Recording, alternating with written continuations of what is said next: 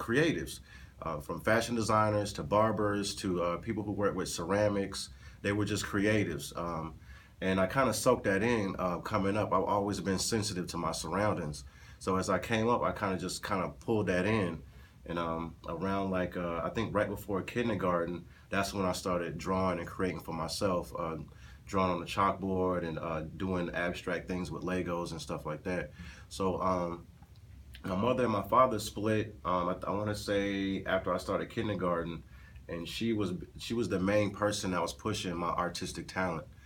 She just kept pushing it, and just the entrepreneurship attached to the art is where it came from my mother.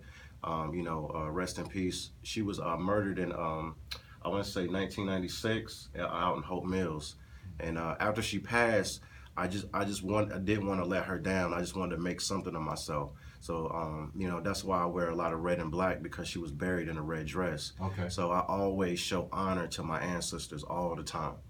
Now that's important that you say that, man, because a lot of times people don't understand some of the things that you may put in your artwork, man. Right. And to be able to come on the program today and to talk about this, man, it's definitely going to be blessing somebody today, man. So I appreciate you sharing that story. No doubt. Now I've heard of this thing called Zombielyfe as well too, man. Mm-hmm. Go ahead and explain that to me. Well, I started Zombielyfe in 2000, between 2013 and 2014.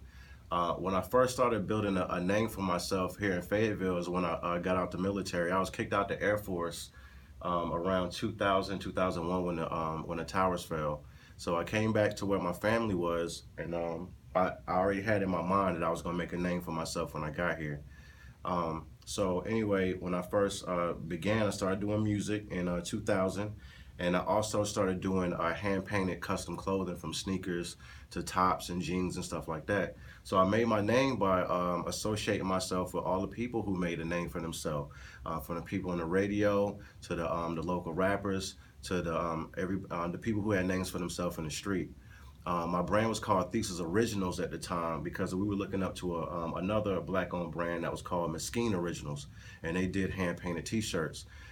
Their brand was stolen by their investors, and the brand kind of fell apart. They started a new company called Muzan. So what we did was we picked up artistically where they left off. Mm-hmm. Some people in the street didn't really want to wear the clothes, because I was also doing music and my name was on the clothes. Okay. So I wanted to change the name. I was tattooing in a shop with a female named Star. She was really heavy into the zombie culture. And at that time, Jim Jones had just dropped his brand Vampire Life. And at that time, the vampire culture was booming. You had, what was that, was it Moonlight or whatever? All them vampire movies and shows was coming out. So I figured the next wave got to be zombies. So if I could take the whole zombie concept and turn it into something positive, I could rock with that. Nobody had the domain name, so I scooped up the name Zombielyfe, but I spelled Zombielyfe, the life in the L-Y-F-E. So that's about around the time Zombielyfe came to pass. And Zombielyfe just basically means hunger for knowledge.